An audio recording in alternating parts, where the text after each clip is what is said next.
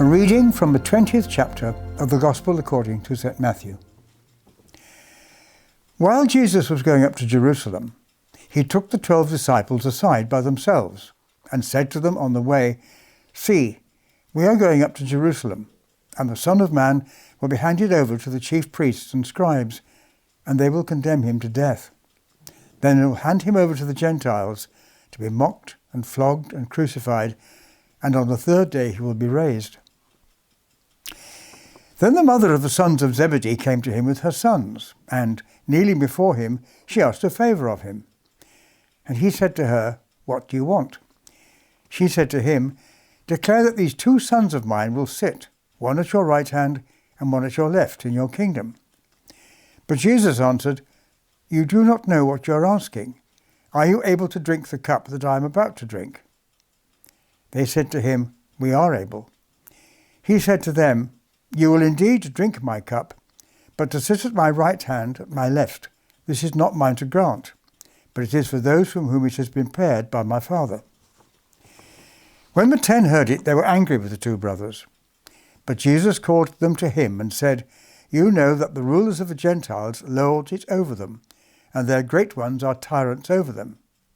It will not be so among you, but whoever wishes to be great among you must be your servant. And whoever wishes to be first among you must be your slave, just as the Son of Man came not to be served, but to serve, and to give his life a ransom for many." We've all heard the phrase pushy mums or pushy parents. The ones who move house in order that their children can go to the best school. The ones who insist that their child is special and should therefore receive special treatment. Nothing wrong in that, is there? It just shows that parents want the best for their children, even if it means pushing other children out of the way. Maybe we shouldn't be too surprised to find that pushy mums aren't a modern phenomenon.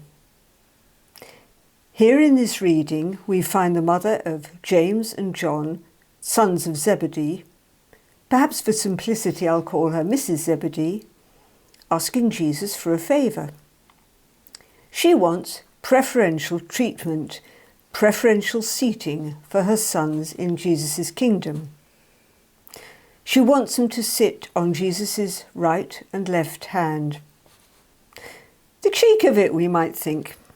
How can she be so stupid when Jesus has just been spelling out to his disciples precisely what was going to happen when they went up to Jerusalem, which they were just about to do? That he would be handed over to the chief priests and scribes, would be condemned to death, would be handed over to the Gentiles to be mocked, flogged and crucified, but then on the third day he would be raised. What could be clearer than that? So what was Mrs. Zebedee thinking about when she made her request? Or wasn't she listening to what Jesus was saying? Was she thinking that the journey to Jerusalem would be a triumphant one, with Jesus at the head, the aim being to throw out the Romans and restore the throne of King David? Perhaps she was only hearing what she wanted to hear. And how often do we only hear what we want to hear instead of listening to what Jesus is actually saying? Or it's possible that Mrs. Zebedee didn't actually ask Jesus for the favour. In St. Mark's account, it was her sons, the disciples James and John, who made the request instead of their mother.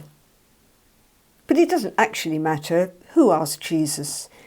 Even if it was their mother, we can be pretty sure it was because James put her up to it.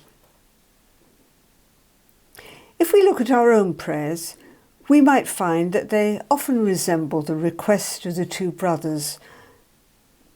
Is our emphasis on asking favours of God, or on giving him thanks and praise and the loving worship demanded of us from a loving God? Should we think about whether our prayers aren't that different from the favour asked of Jesus by Mrs. Zebedee or her sons. When the other disciples heard this request to Jesus, they were angry with the two brothers. Perhaps they felt that James and John were trying to steal a march on them, get preferential treatment. And going back to pushy parents or pushy people in general, if we're being the ones being pushed aside, don't we feel angry too? How does Jesus respond to the request of the brothers? Not by rebuking them, neither by fudging the issue, saying, well, maybe, perhaps, we'll see, and not by saying, yes, of course you will. Just one of the many remarkable things about Jesus is his humility. His touchstone is God, and it's God who decides. So Jesus doesn't rebuke the disciples. As usual, he turns our world upside down when he says, whoever wishes to be great among you must be your servant, and whoever wishes to be first among you must be your slave. So maybe we shouldn't judge Mrs. Zebedee and her sons too harshly, but think instead how often we put ourselves first rather than in service to others. How often do we put our own needs before the needs of others? What we're talking about is, in a sense, the rules of God's kingdom set against the rules of the world. God honours service, Jesus tells us. The world honours power. A couple of chapters later in Matthew, Jesus hammers home this point when he talks of the scribes and Pharisees, saying they love to have the place of honour at banquets and the best seats in the synagogues and to be greeted with respect in the marketplaces. Jesus challenges us to begin living by the rules of God's kingdom here and now.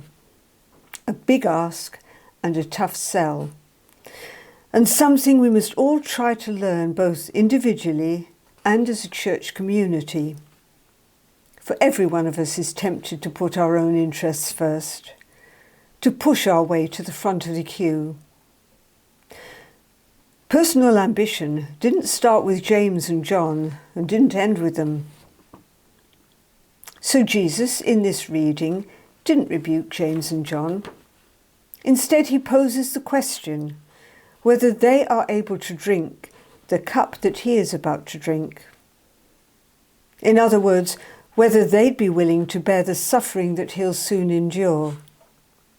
And of course, Jesus accomplishes something the disciples can't. He takes service and sacrifice to the ultimate by giving his life for us on the cross. And he raises us all by his resurrection. And ironically, the men who will be positioned on Jesus' right and left on their crosses at Golgotha will be two thieves. Amen.